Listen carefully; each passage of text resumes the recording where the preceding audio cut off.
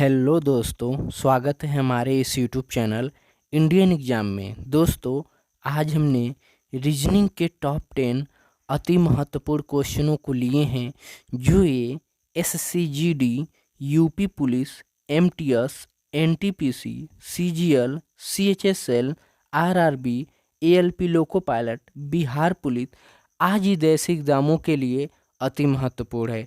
तो दोस्तों, आप लोग वीडियो को अंत तक देखिए और अपने दोस्तों को भी शेयर कर दीजिए ताकि इससे आप लोगों को लाभ हो सके। दोस्तों, आप लोग हमारे साथ इस 10 क्वेश्चनों को हल कीजिए और कमेंट में लिखकर बताइए कि आप लोगों ने कितने का सही उत्तर दिया है। और दोस्तों, ये पार्ट नंबर 27 है। पार्ट नंबर 27 है। अगर आप लोगों ने 26 नहीं देखा है तो वीडियो के सेक्शन बॉक्स में जाकर आप लोग देख सकते हैं। तो दोस्तों, आइए क्लास को शुरू करते हैं और देखते हैं हम लोग पहला क्वेश्चन। हमारा पहला क्वेश्चन है, दिए गए प्रश्न में संबंधित शब्द ज्ञात कीजिए। जैसे सुई का संबंध टाका से है, उसी तरह चाकू का संबंध किससे होगा। जैसे सुई जो होती है क्या होती है, टाका लगाने के लिए होती है। क्या होता है, टाका लगाने के लिए होती है, यानी सिलने के लिए होती है। उसी तरह जो चाकू होता है वो काटने के लिए होता है। क्या होता है, काटने के लिए होता है। तो यहाँ पे हम लोग क्या लगाएंगे, यहाँ पे लगाएंगे कट।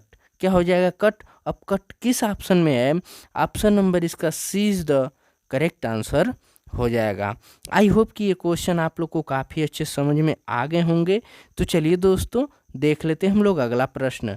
हमारा अगला प्रश्न है, दिए गए प्रश्न में संबंधित संख्या ज्ञात कीजिए। जैसे 1 का संबंध 1 से है तो कैसे, उसी तरह इस 25 का संबंध इस क्वेश्चन मार्क की जगह पे क्या होगा।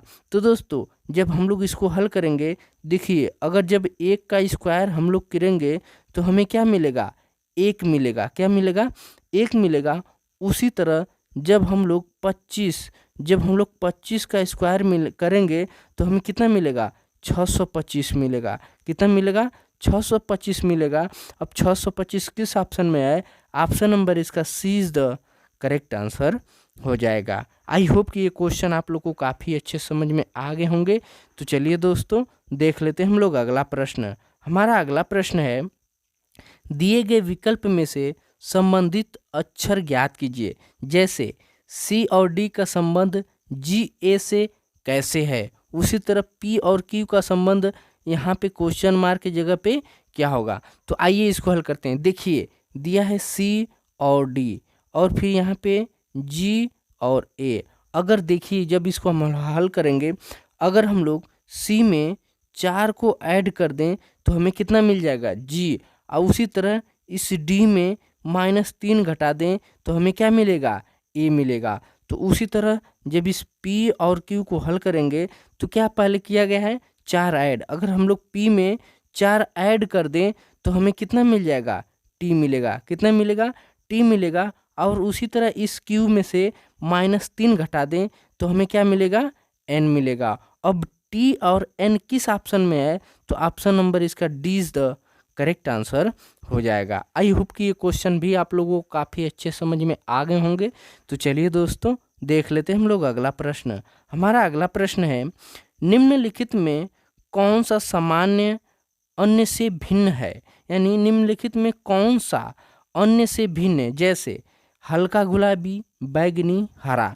तो देखिए ये गुलाबी हो गया, ये हरा हो गया और ये बैगनी, ये क्या है, रंग से हैं। किससे संबंधित हैं, रंग से हैं। क्या है, रंग से हैं। लेकिन जो ये स्तंभ है ना, ये जैसे घर और बनता है तो उस पर पिलर का काम करता है, तो यहाँ पे स्तंभ वहाँ पे प्रयोग किया जाता है।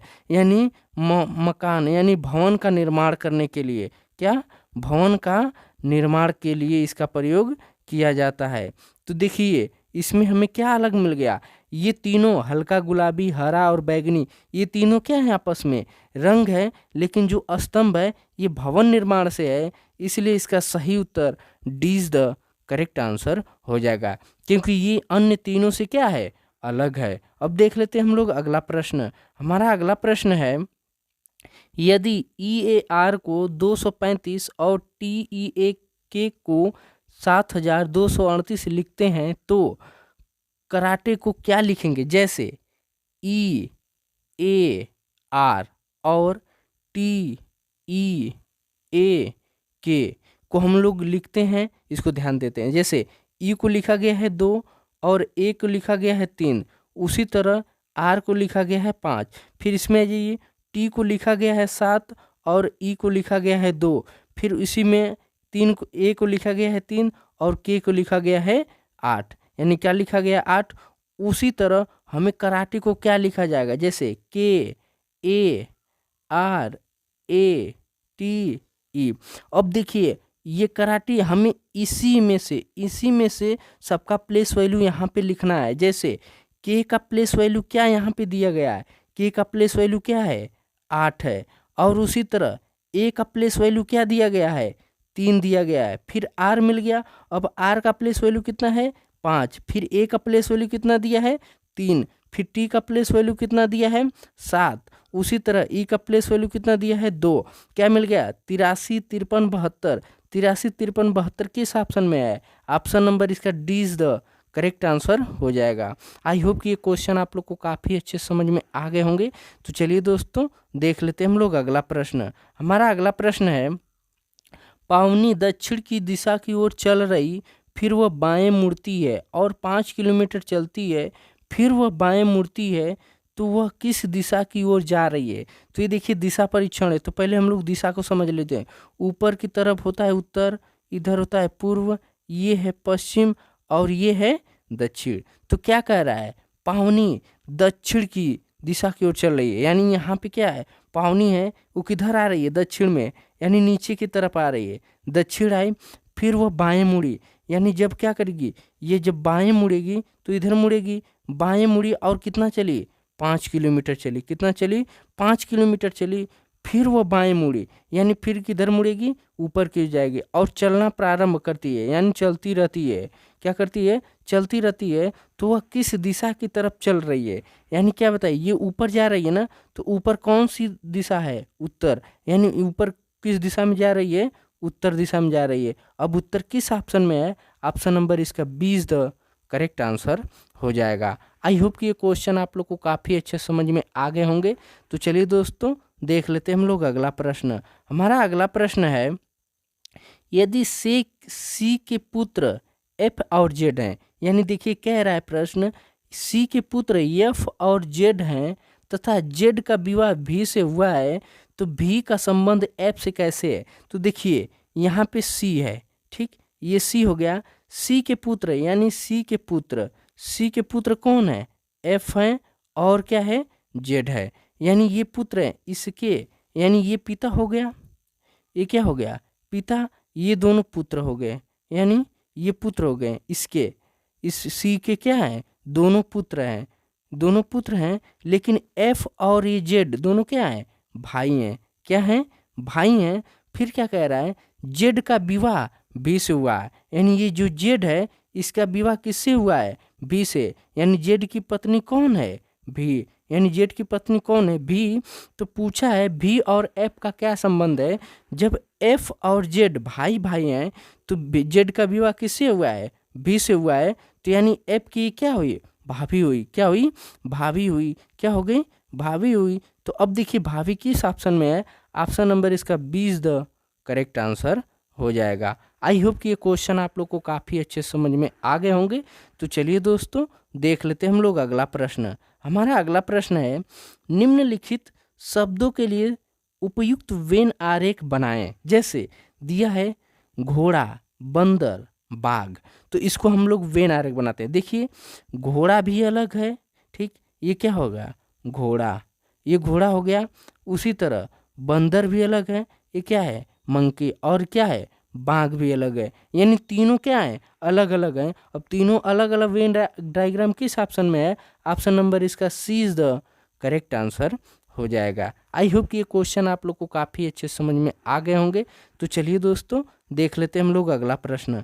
हमारा अगला प्रश्न है, यदि प्लस का मतलब माइनस, यानी प्लस बराबर माइनस, और माइनस का मतलब गुणा, यानी माइनस बराबर गुणा, और क्या क्या माइनस का मतलब गुणा और प्लस भाग का मतलब है प्लस, भाग का मतलब प्लस है और गुणे का मतलब है भाग, गुणे का मतलब है भाग। तो 9 माइनस 4 प्लस 14 गुणे 7 भागे 6 का मान ज्ञात करना है। तो चलिए इसको हल करते हैं। देखिए 9 माइनस 4, यहाँ पे इसको फिर से इसको थोड़ा देख लीजिए फिर से। यहाँ पे देखिए क्या कह रहा है, यहाँ पे कह रहा है कि 9 माइनस यानी माइनस का मतलब क्या है प्लस, तो यहाँ पे क्या हो जाएगा प्लस हो जाएगा। क्या हो जाएगा, यहाँ पे हो गया प्लस। और प्लस का मतलब क्या है, प्लस का मतलब है यहाँ पे दिया है प्लस का मतलब, यहाँ पे देखिए प्लस का मतलब दिया है माइनस, तो यहाँ पे हो गया माइनस। फिर यहाँ पे गुणे, गुणे का मतलब क्या दिया है भाग, और भाग का मतलब क्या दिया है प्लस। जब इसको हम लोग हल करेंगे तो 9 प्लस 4 यानी कितना हो जाएगा, माइनस है ना, तो माइनस का मतलब क्या होगा, यहाँ पे गुणा हो जाएगा। क्या होगा गुणा, तो रख दिए यहाँ पे 4, फिर प्लस, प्लस का मतलब क्या रखें -4, फिर गुणे का मतलब क्या है भाग, तो 7, फिर भागे यहाँ पे क्या है प्लस, प्लस कितना हो जाएगा 6। अब इसको हल करते हैं। देखिए न इसे काट लेंगे, 7 एकम 7, 7 दूना के 14, इन दोनों का गुणा कर लें, 9 चौको 36, 36 माइनस 2 प्लस 6 हो गया। तो देखिए 36 माइनस 2 प्लस 6, अगर 36 में से हम 2 घटा दें तो हमें कितना मिलेगा 34, 34 प्लस 6 जब जोड़ेंगे तो कितना मिल गया 40, कितना मिल गया 40 मिल गया। अब 40 किस ऑप्शन में है, 40 बीज द करेक्ट आंसर हो जाएगा। आई होप कि ये क्वेश्चन आप लोग को काफ़ी अच्छे से समझ में आ गए होंगे। तो चलिए दोस्तों देख लेते हैं हम लोग अगला प्रश्न।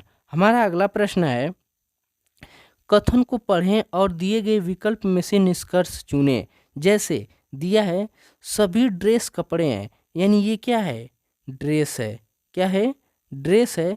फिर इसी के अंदर क्या है, सभी ड्रेस क्या है कपड़े, यानी ये क्या हो गए कपड़े, क्या हो गए कपड़े हो गए, कपड़े हो गए। फिर कह रहा है सभी धागे कपड़े हैं, यानी सभी धागे, धागे क्या हैं कपड़े हैं। तो इसमें क्या बनेगा, इसमें ही एक और बन जाएगा, यानी क्या ये हो गया, ये हो गया धागे, क्या हो गया ये हो गया धागे। अब निष्कर्ष हम लोग देख लेते हैं।